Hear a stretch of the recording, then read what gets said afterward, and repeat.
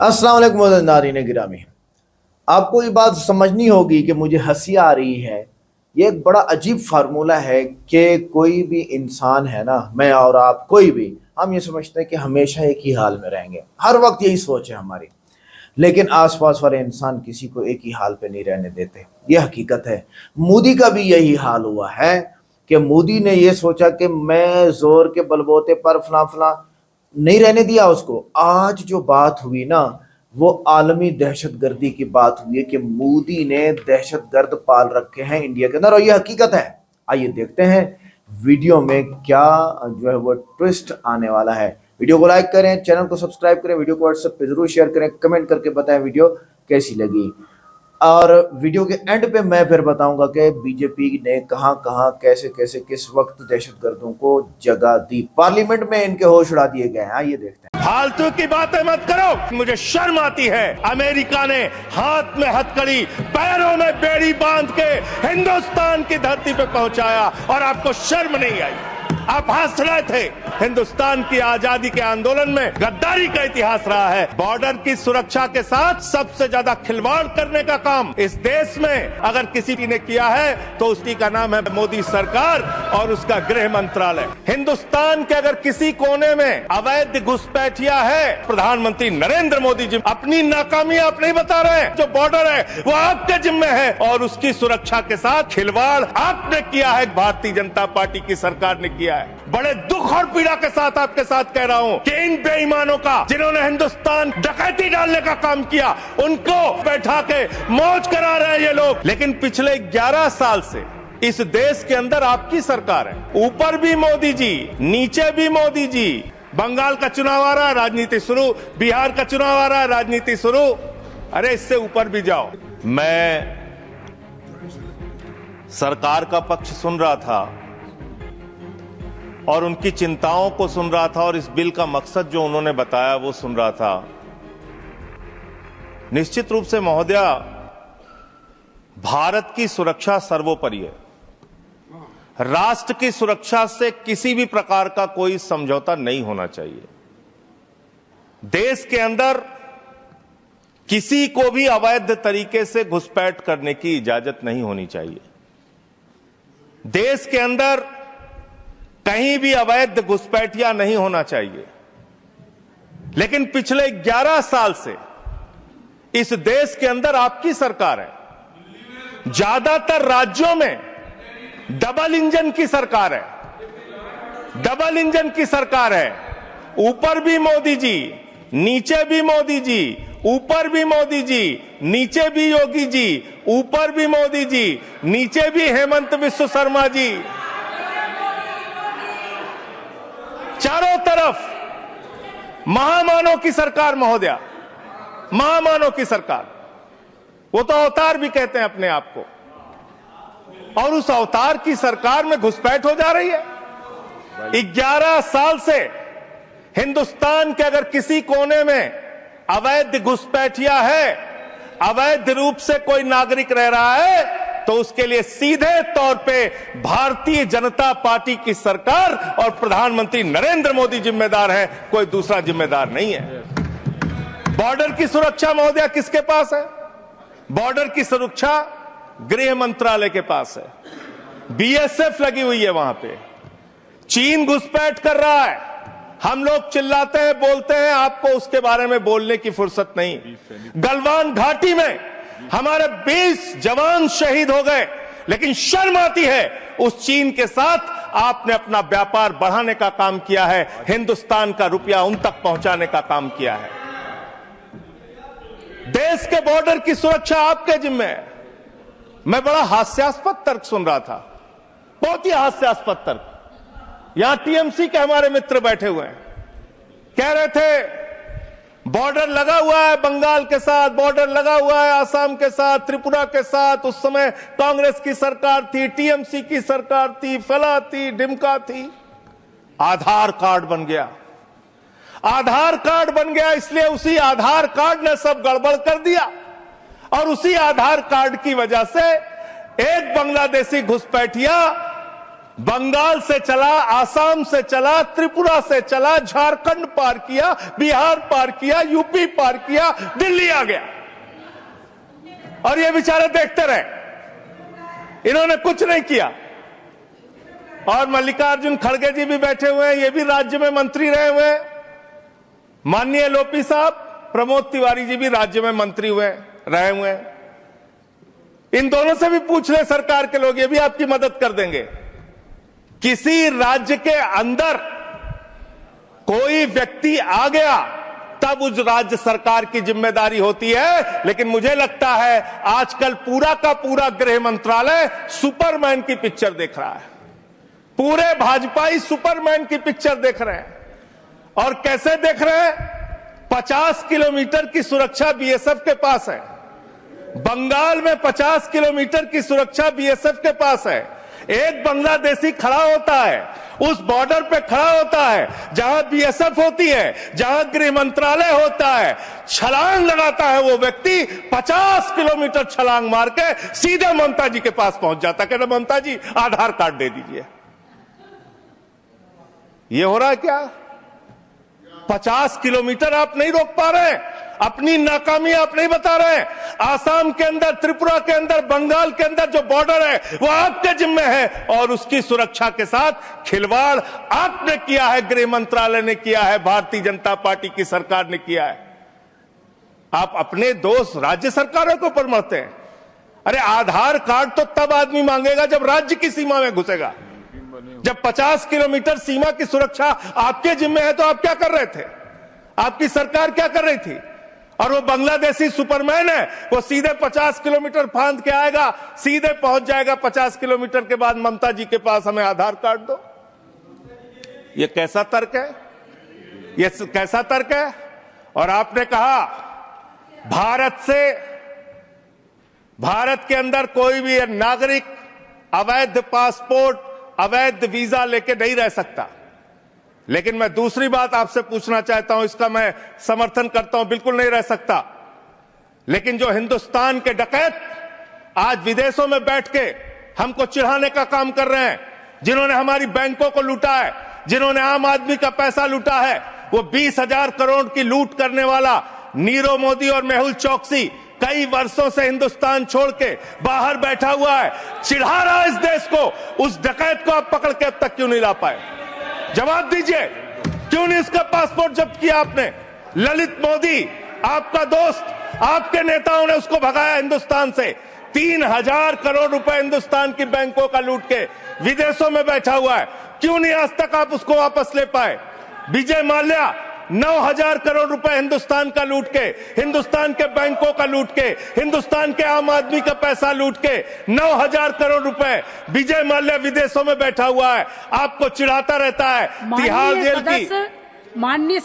Jail की विषय पे ही बोल रहा हूं महोदया, विषय पे ही बोल रहा हूं, विषय पे इन्हीं लोगों से सीखा है, इन्हीं लोगों से सीखा है महोदया।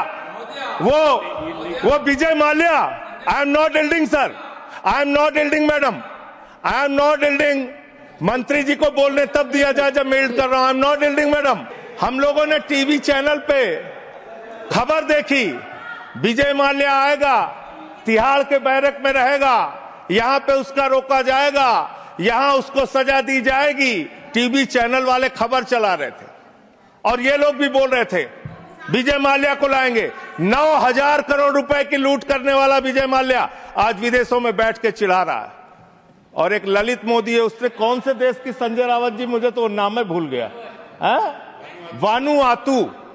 बानुआतू की नागरिकता ले लिया उसने।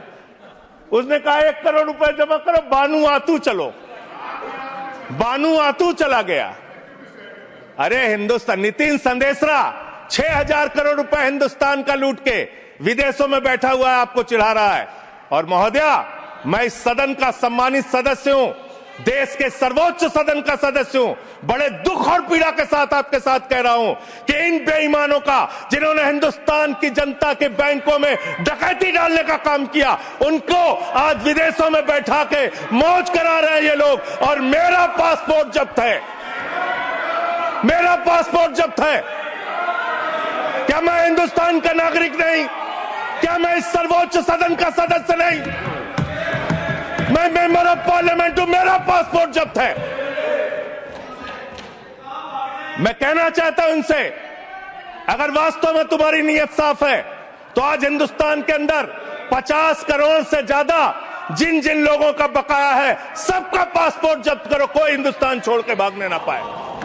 सबका पासपोर्ट जब्त कीजिए। आप अनावश्यक बातें करते हैं। 11 साल से आपकी राज्यों में सरकार, 11 साल से आपकी केंद्र में सरकार, और बांग्लादेशी घुसपैठिया आप नंबर नहीं बता पाते कितने भगाए आपने। आज बताइए कितने लोगों को आपने भगाया, कितने बांग्लादेशी घुसपैठियों को आपने हिंदुस्तान से भगाया 11 साल के अंदर। खाली राजनीति करते हैं। बंगाल का चुनाव आ रहा है, राजनीति शुरू। बिहार का चुनाव आ रहा है, राजनीति शुरू। अरे इससे ऊपर भी जाओ। और इन्होंने कितना बड़ा पाप किया वो भी बता रहा हूं, पूरे देश को सुनना चाहिए कितना बड़ा पाप किया इन्होंने। पंजाब के अंदर जो सीमा थी बीएसएफ के देखरेख में, उसको इन्होंने बढ़ा दिया, 50 किलोमीटर तक कर दिया। इसके साथ साथ इन्होंने tycoon profited after India relaxed border security rules for energy park. Energy park बनाने के लिए पाकिस्तान की सीमा में, गुजरात के अंदर भारत की सुरक्षा कानूनों में रिलैक्स देने का काम इस अपराध इस सरकार ने किया है। अपने एक दोस्त को एनर्जी पार्क का ठेका देने के लिए, उसका फायदा पहुंचाने के लिए, उसका धंधा कराने के लिए, देश की सुरक्षा के साथ अपने दोस्त को फायदा पहुंचाने के लिए, अडानी को फायदा पहुंचाने के लिए आपने बॉर्डर की सुरक्षा पे, वहां के कानूनों पे रिलैक्स देने का काम किया। कितने शर्म की बात है, कितने शर्म की बात है। एक दोस्त के लिए देश की सुरक्षा के साथ आप समझौता करते हैं। आप बोलेंगे आप वो लोग हैं जिन्होंने हमारे भारत के नागरिकों का अपमान किया। अमेरिका ने 144 करोड़ की आबादी वाला हिंदुस्तान, दुनिया का सबसे बड़ा लोकतंत्र हिंदुस्तान, दुनिया में भारत की बात जब आती है तो राष्ट्रपिता महात्मा गांधी से हमारी पहचान, भारत की बात जब आती है तो गौतम बुद्ध से हमारी पहचान, बाबा साहब डॉक्टर भीमराव अंबेडकर के संविधान से हमारी पहचान। लेकिन मुझे शर्म आती है कि हमारे नागरिकों को अमेरिका ने हाथ में हथकड़ी, पैरों में बेड़ी बांध के हिंदुस्तान की धरती पे पहुंचाया और आपको शर्म नहीं आई। आप हंस रहे थे, आप मजाक उड़ा रहे थे हमारे नागरिकों का। और हिंदुस्तान के अंदर जो हमारे नागरिक लाए गए अमृतसर के अंदर, उनको हथकड़ियां बांध करके जब उतारा गया, मान्यवर महोदया, जब उनको उतारा गया तो प्रधानमंत्री भी वहां उस वक्त थे, लेकिन उन्होंने सवाल नहीं खड़ा किया। जब उनको यहां उतारा गया उसके बाद उनको कैदियों के वैन में बैठा के हरियाणा छोड़ा गया। ये कर रहे हो आप लोग, ये कर रहे हो आप लोग। बॉर्डर की सुरक्षा के साथ सबसे ज्यादा खिलवाड़ करने का काम इस देश में, घुसपैठियों को सबसे ज्यादा पनाह देने का अब पाप अगर किसी पार्टी ने किया है तो उस पार्टी का नाम है भारतीय जनता पार्टी, और उस सरकार का नाम है मोदी सरकार और उसका गृह मंत्रालय। फालतू की बातें मत करो, फालतू के बातें करना बंद करो। देश के अलग अलग दुनिया के अलग अलग हिस्सों में अगर इस देश की बैंकों को लूटने वाले चंद पूंजीपतियों को बिठाने का, मौज उड़वाने का अपराध अगर किसी ने किया है तो नरेंद्र मोदी की सरकार ने किया है, एनडीए की सरकार ने किया है, आप लोगों ने किया है। आपको बोलने का कोई अधिकार नहीं है। हम राष्ट्रभक्त थे, हैं और रहेंगे। आपसे किसी भी प्रमाण पत्र की जरूरत नहीं है। आप लोगों का इतिहास हिंदुस्तान की आजादी के आंदोलन में गद्दारी का इतिहास रहा है। कौमी असेंबली का जो स्पीकर होता है ना, ये सुन हो जाता है, कोई फैसला नहीं देता, क्योंकि ये स्पीकर भी उन्हीं का ही बिठाया हुआ है। ये खातून बीजेपी की बिठाई हुई है। अच्छा, पता है कि तकब्बुर जब इंसान में आता है तो आसपास वाले हालात ख़राब करते हैं। ये कुदरती फैसला है।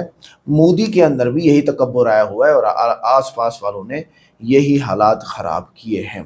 अच्छा, अनापरस्ती मोदी में हद से ज़्यादा है कि सिर्फ हम ही सही हैं, बाकी सब गलत हैं।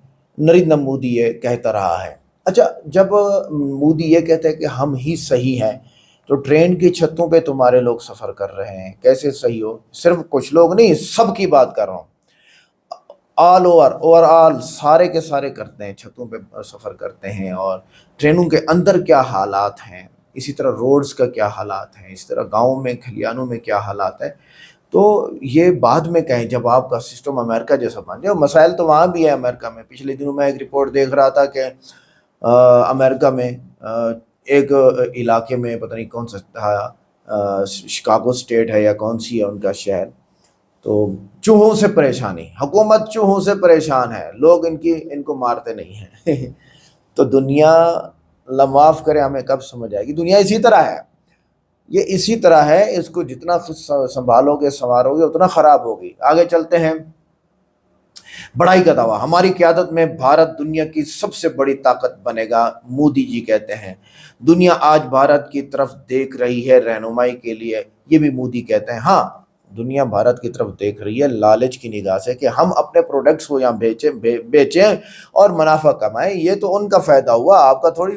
दुनिया आज भी अच्छा आगे, हम 140 करोड़ हैं, हमें कोई रोक नहीं सकता है। और भाई आप अगले 10 साल में 150 करोड़ हो जाएं, हमें इससे क्या है? आपके लिए परेशानियां बढ़ने वाली हैं। और आगे, हमने 70 साल का गंद साफ किया, अमित शाह। अजीब, टटी उठाते रहे, क्या कहते हैं उसको, पखाना, गंद उठाते रहे लोगों का, क्या सफाई की है? ला इलाहा इल्लल्लाह। आगे, ये सिर्फ हिंदू राष्ट्र है और कोई नहीं। योगी आदित्यनाथ, वो तो गंजा करता ही इसी तरह है, तो भगवा कलर का वो पहन के, भगवा पहन के ना, ये उनका मौलवी है। जैसे हमारे इस्लाम के मुसलमानों के मौलवी आलिम होते हैं, ये उनका आलिम है, मौलवी है। ताज्जुब से फुल यूं किया गया, मुझे जो लगता है ना, जब पैदा किया गया ना योगी आदित्यनाथ को, नहीं, जबकि ये अपने किसी मंदिर में पढ़ता था, तो इसके गले के अंदर, इसके मुंह के अंदर ना बहुत सारा मुसलमानों के खिलाफ बुग़्ज़ रख के ना लकड़ी से ठोका गया, भरा गया है। तो इस तरह, हाँ, हमारे इस्लाम में तो अल्लाह ताला ने 1400 साल पहले फरमा दिया, वला तजिदन्ना अशद्दन्नास अदावतन लिल्लज़ीना आमनुल यहूदा वल्लज़ीना अशरकू, सबसे बड़े दुश्मन तुम्हारे हिंदू हैं। और हिंदुओं में आम हिंदू नहीं, यही मौलवी हिंदू, ये सबसे बड़े दुश्मन लगते हैं मुझे। आगे गुरूर देखो मोदी का, कि मुसलमानों को उनके औकात में रखेंगे, ये भी गुरूर है योगी आदित्यनाथ। अच्छा आगे, भारत एक विष्णु राष्ट्र है जिसे दुनिया को बचाना है, यानी भारत दुनिया को बचाएगा। यार ये थोड़ा सा इसकी लॉजिक बताई जाती तो फिर समझ आती। इसकी लॉजिक समझने कि इंडिया दुनिया को कैसे बचाएगा। अच्छा, जो हमारे साथ नहीं वो देशद्रोही है, ये तो हर मुल्क वाले कहते हैं, आपके कहने से क्या फ़र्क पड़ता है? अमित शाह कह रहे हैं सिर्फ ही बीजेपी ही भारत को बचा सकती है। और भारत लुढ़क रहा है, दरिया में बह रहा है, समंदर में बह रहा है, क्या हो रहा है? भारत को बचा सकती है, यानी डर है, खौफ है। यानी कुछ लोग ऐसे होते हैं ना कि अपने ऊपर बातों को लेते जाते हैं और मर जाते हैं। अच्छा, मुखालिफिन मुल्क दुश्मन है, वो तो हर किसी मुल्क के मुखालिफिन मुल्क दुश्मन है। मैं पैदा ही हुआ हूँ देश के लिए, तो हर आदमी यही कहता है कि मैं देश के लिए पैदा हुआ हूँ। अमित शाह साहब, नरेंद्र मोदी साहब। अच्छा आगे, जो हुक्म है हम दें वही कानून बनेगा, योगी आदित्यनाथ। तो यही होता है मसला के जो हुक्म मैं दूंगा वही, नहीं, ऐसा होता ही नहीं है। आगे, हमारा कल्चर सबसे अजीम है, नरेंद्र मोदी। भारत 2025 तक दुनिया की सबसे बड़ी ताकत बनेगा। 2025 खत्म होने को है, भारत की ताकत खत्म हो गई है, हमने भारत की शान लौटा दी है, अमित शाह। मोदी को भगवान मानते हैं, वो अवतार है, अस्तगफिरुल्लाह, अवतार कहते हैं मेरे ख्याल नबी और पैगंबर को। अच्छा, CAA वापस नहीं होगा चाहे कुछ हो जाए, यानी कि जो इंडियन नहीं है उनको निकालो, यानी बच्चे पैदा करने में कमी नहीं लाएंगे।